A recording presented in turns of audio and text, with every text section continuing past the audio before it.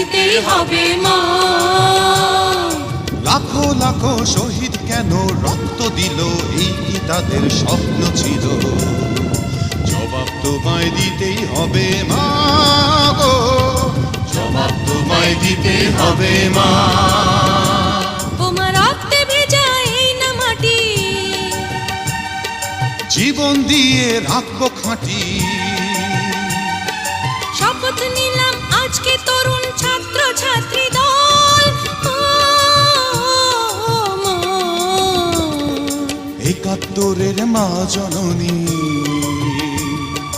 কোথায় তোমার মুক্তি সেনার দল?